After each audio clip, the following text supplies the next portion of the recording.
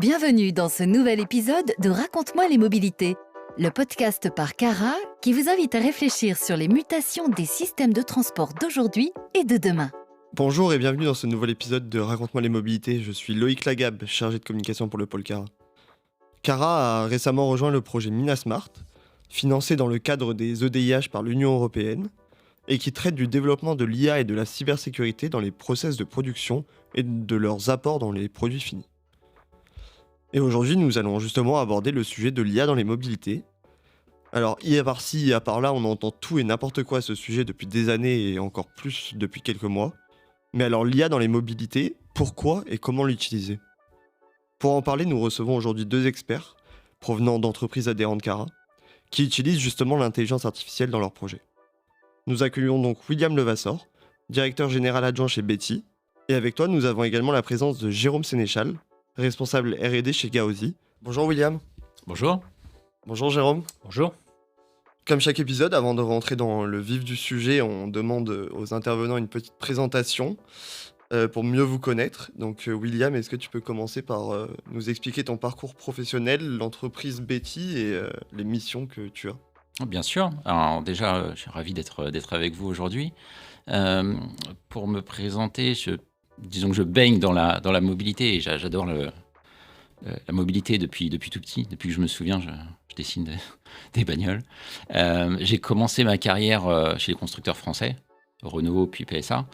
Et après, pour accompagner ce mouvement de transition écologique et dans une volonté d'agrandir la connaissance sur la chaîne de valeur, je suis passé côté mobilité, côté opérateur, donc chez Transdev, où il commençait à se poser la question de que va devenir un opérateur le jour où on n'a plus de conducteurs dans les bus.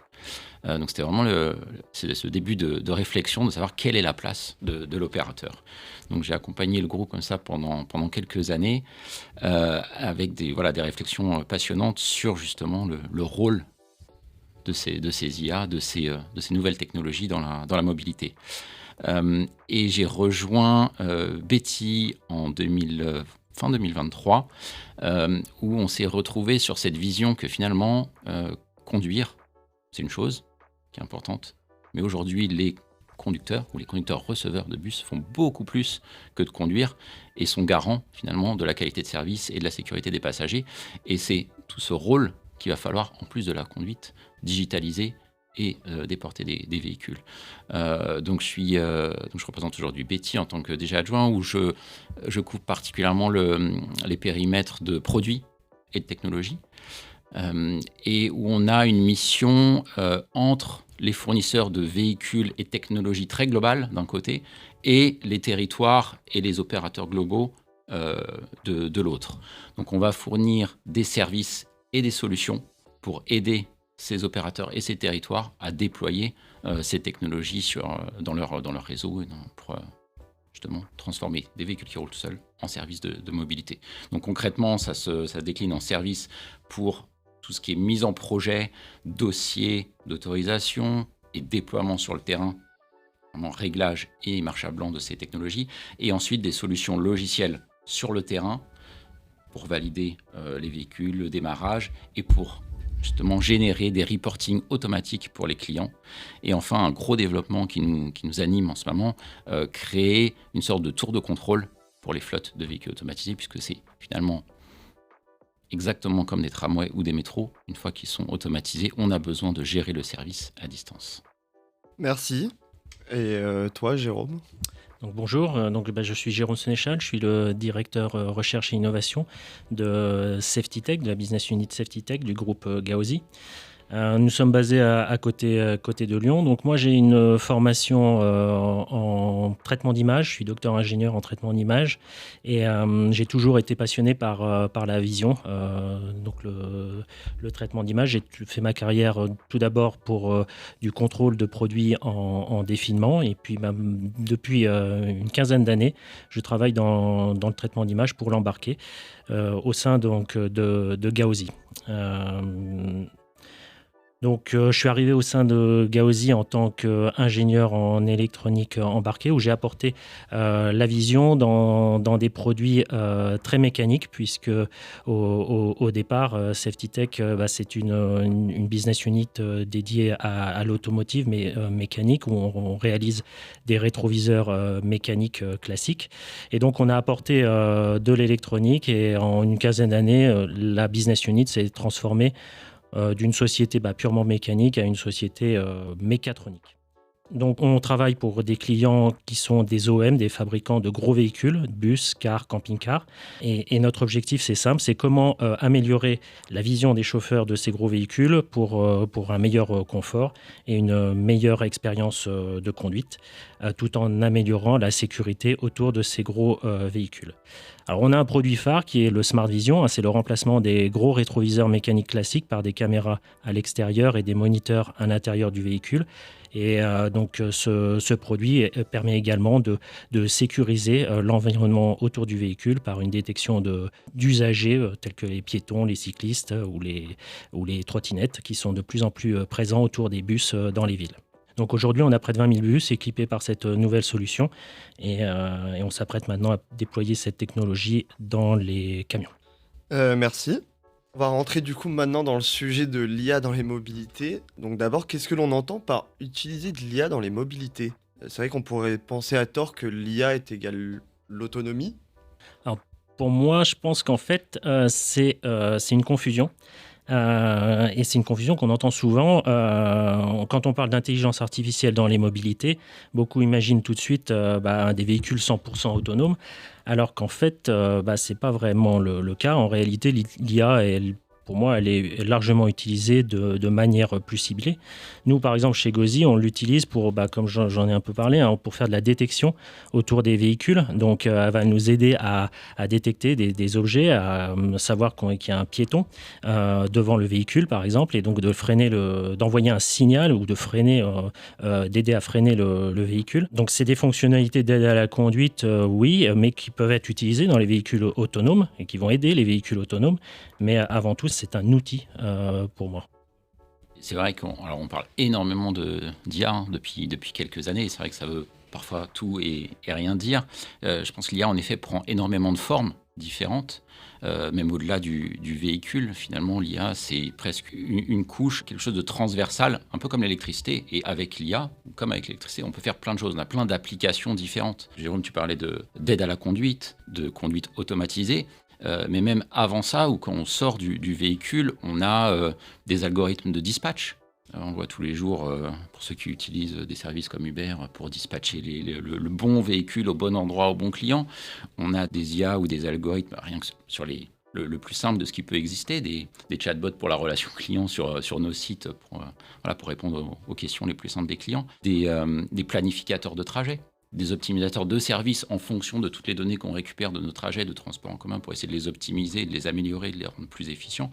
Donc on a énormément de formes d'IA, si on prend la mobilité au global, pour essayer au final d'améliorer la mobilité, d'améliorer l'offre et d'essayer de rendre les transports en commun les plus attractifs possibles. En tout cas, c'est la mission.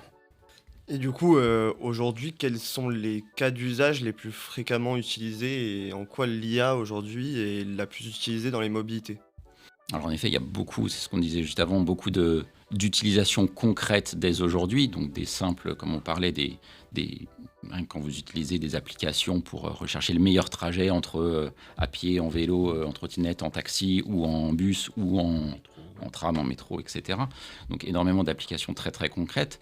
Et si on en vient ensuite sur les aides à la conduite, quand vous prenez votre véhicule, vous en avez pas mal. Et sur la mobilité automatisée aussi, aujourd'hui, on a forcément des applications, même si en volume et en usage, on le voit encore pas beaucoup aujourd'hui, puisque ça reste des expérimentations et on est au début de l'histoire encore. Et même là-dessus, on a énormément d'évolution en termes de véhicules automatisés, puisqu'on a connu des premières générations qui sont finalement assez robotiques, dans le sens où c'est des algorithmes finalement prédictifs, un obstacle, un freinage, etc. Et des nouvelles générations avec beaucoup plus d'apprentissage et beaucoup plus d'adaptation au terrain. Et donc, grâce à ces couches un peu plus évoluées d'IA, comme le machine learning, etc., qui vont permettre donc, d'apprendre et d'adapter le comportement aux obstacles qu'ils vont voir. Donc de pouvoir classer un obstacle comme un piéton, une trottinette, une moto, un véhicule, un camion, pour justement mieux adapter et mieux prévoir son comportement et donc mieux adapter le comportement du véhicule lui-même à son environnement. Donc ça, c'est des générations de véhicules et de logiciels de conduite qui sont en train d'arriver. Et si vous avez l'occasion, venez autour de la gare de Valence TGV. C'est justement une des expérimentations qu'on est en train de mener avec ces nouvelles technologies. Pour revenir du coup sur ce que tu nous disais, Jérôme, sur l'IA que vous utilisez pour l'aide à la perception et à la prise de décision pour le conducteur, de bus notamment, est-ce que tu peux mieux nous expliquer cette technologie ? Tout à fait, oui. Donc en fait, chez Safety Tech, on développe des systèmes qui permettent de mieux percevoir l'environnement autour du véhicule.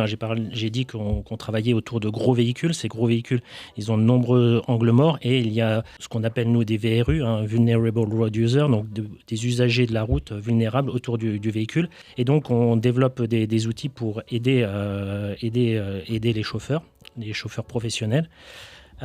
Pour cela, en fait, on a une intelligence artificielle embarquée à l'intérieur du véhicule. Et en fait, ce qu'il faut comprendre, pour développer une intelligence artificielle, il y a 2 étapes. On a une étape d'apprentissage où on entraîne notre IA pour reconnaître différents types d'objets. Et ça, dans des situations réelles, on va lui apprendre à distinguer un piéton, un cycliste, une trottinette, une voiture. Ce travail, il est fait chez nous, en amont, avec des données de terrain. Et ensuite, une fois que le modèle est entraîné, validé, on va l'implémenter dans le véhicule, dans la solution embarquée dans le véhicule. Ça, c'est l'étape qu'on appelle d'inférence, où là, l'IA n'apprend plus, mais par contre, elle va recevoir un important nombre d'informations, d'images. Et sur ces images, on va être capable elle est capable, puisqu'elle a été entraînée, de détecter les piétons, les cyclistes, dans n'importe quelle condition de roulage ou de conditions climatiques ou d'environnement. Ensuite, on ne s'arrête pas là. Une fois qu'on a détecté, on a un logiciel de décision. Ça, c'est important à savoir, c'est-à-dire que les objets sont détectés, ils sont traqués, ils sont suivis.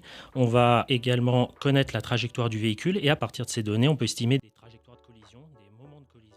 Et tout réside dans le fait de donner la bonne information au chauffeur au bon moment afin de ne pas le polluer. Donc ça, c'est un algorithme également qui permet de donner les bonnes alertes pertinentes au chauffeur. Alors après, on regarde aussi les nouveaux modèles d'IA. Vous avez tous entendu parler, je pense, de ChatGPT, les modèles génératifs. Et on se dit qu'il peut y avoir une utilisation de ces modèles qui comprennent une scène dans leur globalité. Un exemple tout simple, en fait, avec notre système, si on se rapproche d'un endroit, d'un trottoir où il y a beaucoup de piétons, on est susceptible de pouvoir avoir une détection puisqu'il y a forcément une trajectoire de collision qui se fait avec ces piétons. Sauf que si on regarde la scène dans sa globalité et qu'on voit en fait qu'il y a un panneau indiquant qu'il y a un arrêt de bus, ces piétons, en fait, ils ne vont pas traverser, ils attendent tout simplement le bus. Donc, l'IA peut comprendre qu'en fait, là, ces piétons ne vont pas forcément traverser. Donc, en utilisant ces données, plus complétées avec d'autres données, on pourrait avoir encore des algorithmes encore plus performants. Alors ça, c'est pas pour demain, c'est vraiment dans le futur.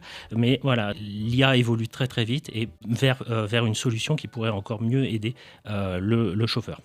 L'IA fait partie des sujets transverses qu'on traite chez Cara et qui s'adressent vraiment à toutes nos filières de mobilité.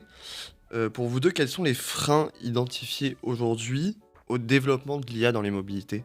Des freins, avant de regarder quels freins il y a, je pense que déjà, la première chose, c'est de ne pas s'en mettre nous-mêmes, de ne pas avoir peur de l'IA, de participer à l'évolution pour éviter de la subir.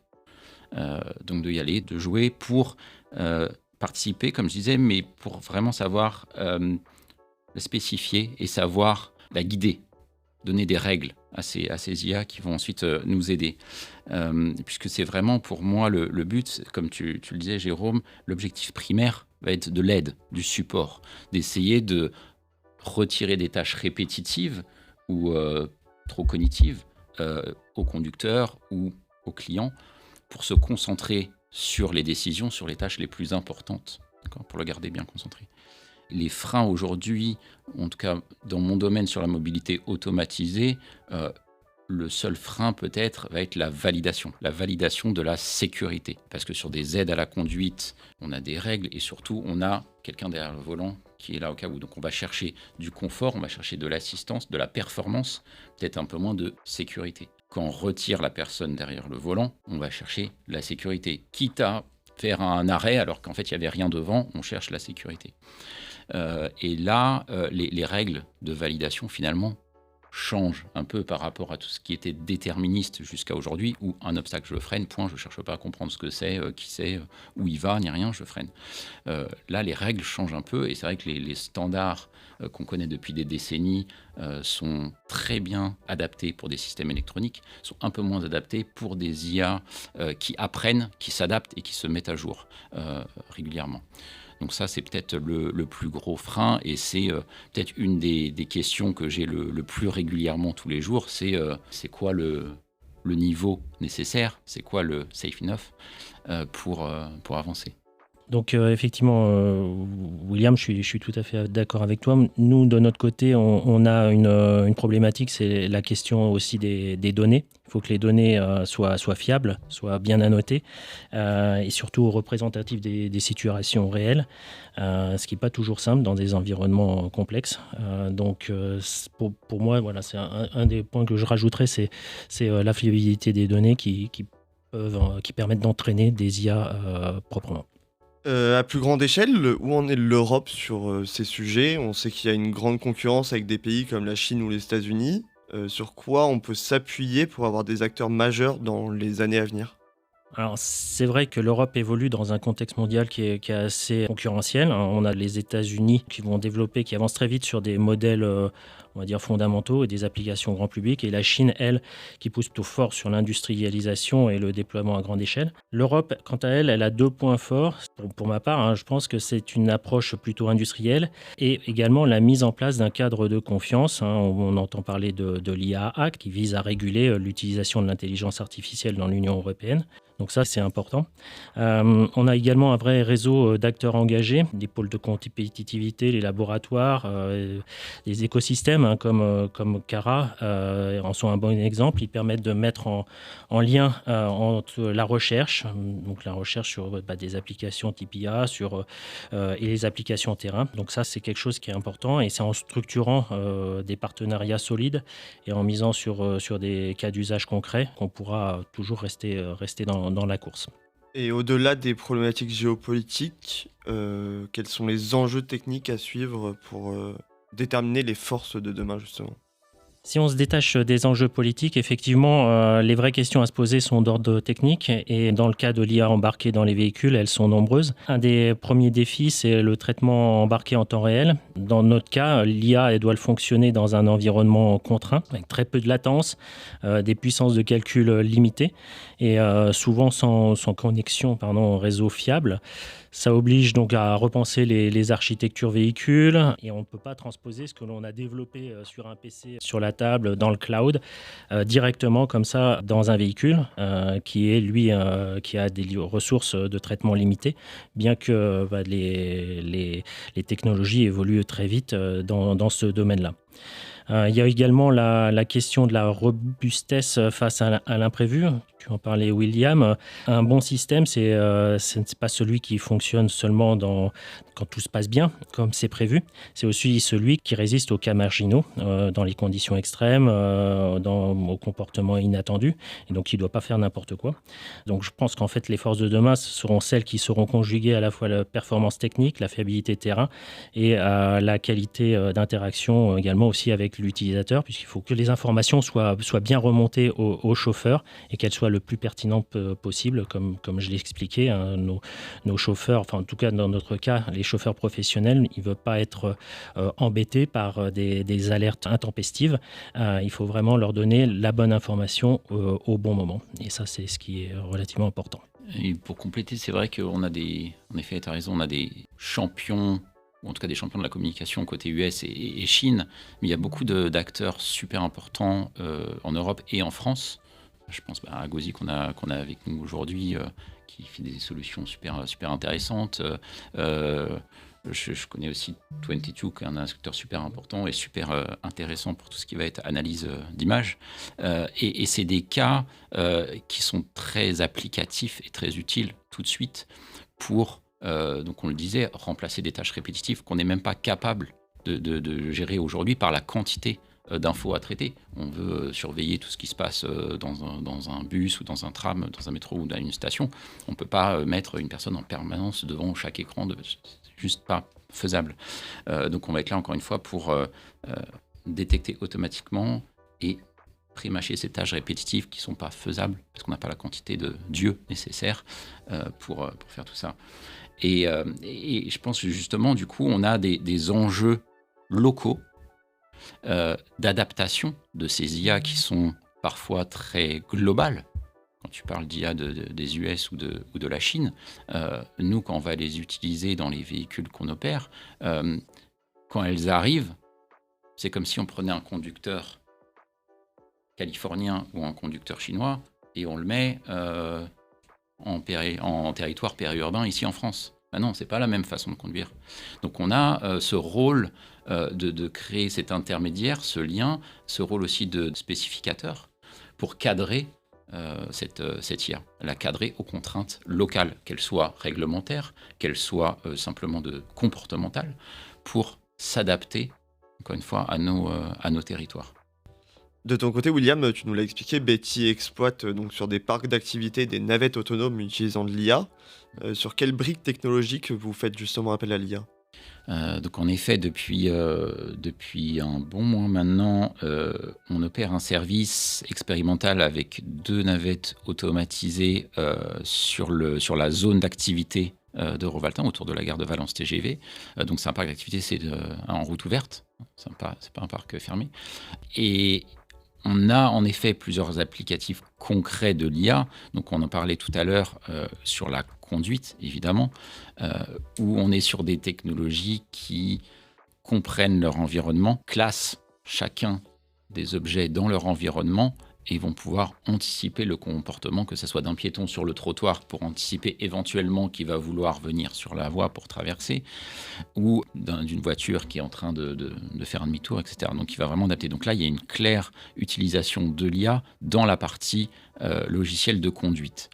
Et c'est là où on parlait justement d'adaptation locale. On a eu un vrai enjeu à spécifier et à adapter cette IA qui était à la base très globale et pas du tout comportement local d'un conducteur français, pour faire simple, sur ce territoire. Donc c'est de continuer l'apprentissage, mais de faire un apprentissage local aux comportements qui sont toujours différents en fonction d'un Français, d'un Allemand ou d'un Chinois ou d'un Américain. On ne va pas utiliser le klaxon, les appels de phare de la même façon. On ne va pas s'arrêter devant le feu rouge à la même distance. On ne va pas resserrer sur le côté. On ne va pas être agressif de la même façon sur un céder le passage ou un rond-point. Donc voilà, il y a des comportements assez différents. Et pour s'adapter au territoire, on a cet apprentissage local, ce learning par les IA locales qui est crucial dans le déploiement. Après, plus d'un point de vue serviciel du côté Betty, on l'utilise pour apprendre, anticiper des éventuelles problématiques pour réduire les indisponibilités et les incidents sur la route et pour justement s'adapter au plus vite et anticiper les problèmes plutôt que d'attendre et de les faire subir aux passagers. Et une fois ces navettes mises en place, du coup, dans le parc d'activités ouvert, une question se pose, c'est la répartition des responsabilités pour les acteurs. Que dit la réglementation aujourd'hui sur ces sujets et comment y répondre ? Alors c'est peut-être une des questions que j'ai le plus souvent et j'ai entendu tellement de fois on ne peut pas déployer des véhicules autonomes parce qu'il n'y a pas la responsabilité n'est pas claire. En fait, on a une chance en France, c'est que le cadre réglementaire sur la responsabilité est extrêmement clair pour la mobilité opérée. Je ne parle pas de vous acheter une 208 ou une Clio autonome. Ça, on se reverra dans quelques dizaines d'années. Mais pour de la mobilité opérée, donc un bus, une navette opérée par un opérateur, la réglementation est très claire dans le sens où l'opérateur est par défaut responsable. C'est la loi Badinter, c'est comme ça en France. très différent aux US et en Chine, encore une fois. Mais en France, c'est comme ça. On a cette loi qui protège les victimes et qui clarifie l'opérateur est responsable de son service. Point. Après, une fois que la victime est indemnisée, on va chercher d'où vient la responsabilité. Est-ce que l'opérateur était vraiment en cas de mauvais comportement ou est-ce que c'est une défaillance du matériel qui a causé l'incident? Et donc, c'est là où on arrive sur deux questions super importantes, justement pour après trouver d'où vient cette responsabilité. C'est est-ce qu'on a la donnée nécessaire? Est-ce qu'on a accès à la donnée nécessaire pour déterminer d'où vient la responsabilité? Est-ce que finalement on la garde côté opérateur ou en fait c'est le conducteur? Parce qu'on est bien dans des cas où le conducteur maintenant c'est plus un employé de l'opérateur mais un logiciel qu'on a acheté et installé dans le véhicule. Donc c'est cet accès à la donnée qui devient crucial, parce que c'est le carburant de l'IA, cette donnée. Donc quel est le modèle de propriété de cette donnée et quelle est la facilité d'accès à ces données? Donc en plus du côté apprentissage qui était crucial, dont on a parlé tout à l'heure, est-ce qu'on peut bien utiliser des données locales pour entraîner notre conducteur? Comment on accède à cette donnée pour déterminer la responsabilité? Donc ça, c'est une des questions cruciales. Et la deuxième, c'est si la responsabilité est sur la conduite et pas l'utilisation du système, finalement, qui va être responsable? Et là, encore une fois, c'est très clair. Quand on passe à un stade de véhicule automatisé et plus d'aide à la conduite, si vous êtes familier avec les niveaux d'autonomie, c'est vraiment quand on passe à partir du niveau 3, même au niveau 3, on a quelqu'un à bord, mais c'est la technologie, le véhicule qui est en charge de prévenir le propriétaire du véhicule ou la personne dans le véhicule qui doit intervenir. Donc là, on est dans un cas de le logiciel, le système est responsable de son fonctionnement. Et donc ça, c'est ce qu'il faut être très clair, et nous, c'est notre position très claire sur l'ensemble des opérations qu'on mène, c'est le logiciel, le système de conduite est responsable de ses actions. Et c'est là où on a un énorme enjeu, c'est qu'il soit capable de prévenir l'opérateur ou le particulier qu'il y a besoin d'une intervention. Donc remonter suffisamment d'alerte, comme tu disais, à temps, au bon endroit, au bon moment, que le conducteur de camion pour vous, pour que l'opérateur au poste de contrôle chez nous soit bien conscient des enjeux et bien les procédures pour s'adapter. D'accord ? Donc bien responsabilité encore une fois très claire. Par contre, problématique des données et des splits de rôle entre chacun qui doit être super clair. Qu'est-ce que vous pensez de l'utilisation de justement cette intelligence artificielle dans les mobilités d'un point de vue économique, sociétal et surtout environnemental ? Oui, ce qui est intéressant, c'est que l'intelligence artificielle dans les mobilités porte des promesses très fortes d'un point de vue, donc, comme tu l'as dit, économique, sociétal, environnemental. D'un point de vue économique, on sait que l'IA peut apporter de la valeur, mais à condition, comme on l'a bien dit, qu'elle soit fiable, intégrée, maintenable à grande échelle. Sinon, on se retrouve avec des applications qui vont être coûteuses, difficiles à exploiter et qui seront mal utilisées ou pas utilisées du tout. Sur le plan sociétal, on en a parlé, il faut que l'IA respecte les choix humains, qu'elle protège les usagers vulnérables. Elle sera acceptée que si elle soutient le conducteur, donc il y a un lien de confiance à avoir avec l'IA. Et puis sur le plan environnemental, on est à un moment charnière, il faut que la technologie contribue à décarboner la mobilité. Et ça va impliquer de mesurer son impact global, y compris l'énergie consommée par les systèmes embarqués ou dans les phases d'entraînement, dans les fameux data centers dont on entend parler. Donc il y a toute une réflexion à faire d'un point de vue environnemental autour de l'IA. Pour répondre à ta question, je pense que d'un point de vue sociétal, déjà, rapidement, il y a un vrai enjeu. Nous, on le voit dans les zones périurbaines et rurales, un enjeu de personnes qui finalement sont dépendantes à leur voiture. Et quand elles ne peuvent plus conduire, finalement, elles sont isolées. Et ça, c'est un vrai enjeu sociétal de pouvoir reconnecter ces personnes à des centres d'intérêt, des centres de santé, n'importe quoi, mais à reconnecter ces personnes-là pour justement cette évolution sociale. Pour le côté environnemental, je pense que l'IA, dans le sens aide à l'utilisateur, donc comme on disait, pour savoir quel mode de transport utiliser, quel est le plus proche, etc. Et ou pour conduire un véhicule, l'IA est un fabuleux outil, finalement, pour essayer de moderniser et d'améliorer l'expérience utilisateur sur les transports en commun, parce qu'on ne va pas se mentir, l'enjeu, c'est d'aller reporter à tous ceux qui utilisent leur voiture au quotidien vers des transports plus partagés, plus communs, plus propres. Mais pour ça, il faut qu'on arrive à sortir de cette image du bus pas confortable, qui sent pas bon et qui passe toutes les 50 minutes. Si on reste là-dessus, on ne va pas changer beaucoup de choses. Donc il faut vraiment participer à ces changements globaux, devenir plus digital, plus proche du client, plus facile à utiliser pour le client. Pour finir, quel avenir proche pour vous de l'IA dans les mobilités? Est-ce que la tendance va plus être, du coup, comme vous le disiez, à une simple aide, que ça soit à la production ou à l'exploitation, ou alors vraiment sur une partie plus grande de la chaîne de valeur? Pour ma part, je pense qu'on est en train de passer d'une logique d'IA, où, comme tu le disais, de façon ponctuelle, où on l'utilise de façon ponctuelle, qui sert à détecter, optimiser ou prédire, à une approche beaucoup plus intégrale qui touche effectivement toute la chaîne de valeur. On peut prendre par exemple l'exemple des IA qui sont utilisées pour la conception des véhicules ou des systèmes embarqués. Des IA peuvent être utilisés pour simuler des scénarios de circulation en environnement complexe, permettent de tester virtuellement, avant qu'on lance en production, les interactions avec des véhicules, des piétons, des cyclistes, sans justement avoir tout à reproduire physiquement sur terrain d'essai. Alors c'est un gain de temps énorme. Et hier, par exemple, j'étais sur le site d'une société qui a développé une solution de création de vidéos, des vidéos faites par des caméras autour du véhicule. Donc on voit à l'avant du véhicule, sur le côté, à l'arrière du véhicule. Et en fait, ces vidéos, elles sont générées automatiquement, artificiellement. Et franchement, j'étais vraiment bluffé par les cas d'usage. Donc on avait des cas d'usage de piétons, de cyclistes autour du véhicule. Et on pouvait changer en temps réel le temps, l'aspect de la route, une route humide, de la pluie, du brouillard, la nuit. Donc là, on voit que ça va permettre un gain de temps, notamment pour entraîner sur des use cases spécifiques, nos IA par exemple, je parle pour notre produit. Donc c'est prometteur d'avoir ces algorithmes, ces nouvelles solutions d'algorithmes.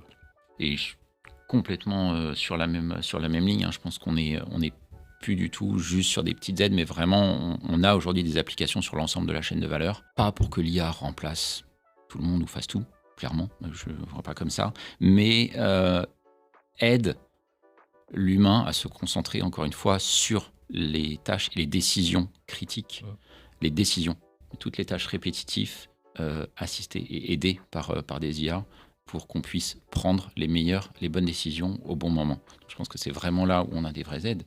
Même, à la limite, on prend l'exemple de la conduite. Si on conduit, c'est aussi réussir à aider à rendre ces transports en commun plus efficaces. Parce qu'aujourd'hui, on n'arrive pas, on manque énormément de conducteurs aujourd'hui. Donc on va digitaliser leur métier pour faire quelque chose de plus intéressant, pour faire quelque chose au poste de contrôle, pour réussir à apporter une offre aux clients sur les soirées, sur les heures creuses, etc., pour que ça puisse être efficace. Parce qu'aujourd'hui, ça ne l'est pas. Et donc vraiment, voilà, une aide sur l'ensemble de la chaîne de valeur pour concentrer l'humain aux tâches critiques, avec ce tournant, et je pense que c'est là où on en est aujourd'hui, de vraiment maîtriser la donnée et maîtriser l'utilisation. Est-ce qu'on a bien la propriété des données de nos territoires? Qu'est-ce qu'on peut en faire? Qu'est-ce que les autres peuvent en faire? Qu'est-ce que les autres acteurs de la chaîne de valeur peuvent en faire? Et d'avoir ce paysage, ces relations qui s'installent vont être assez cruciales dans les prochaines années. Et on le voit dans les médias tous les jours, même avec ce qui s'est passé les derniers week-ends sur les dernières images qu'on voit partout sur nos réseaux sociaux. L'utilisation des données, qui peut les utiliser, pour faire quoi? Et est-ce qu'on peut les transiter partout? Enfin, c'est vraiment des questions qui vont être d'actualité pour la transition et la prise de l'IA. Et sur ces paroles, on arrive au bout du podcast. Merci à vous deux pour votre participation et vos partages d'expérience et d'expertise. J'espère que vous avez apprécié ce passage au micro de Cara. Oui. Tout à fait. Et merci, et quant à nous, on se retrouve très vite pour un nouvel épisode. Merci, à bientôt. au revoir. Merci beaucoup, au revoir. Raconte-moi les mobilités, le podcast mensuel proposé par Cara, votre réseau d'acteurs du transport et de la mobilité. Retrouvez tous nos épisodes sur Deezer, Apple Podcasts, Spotify et YouTube.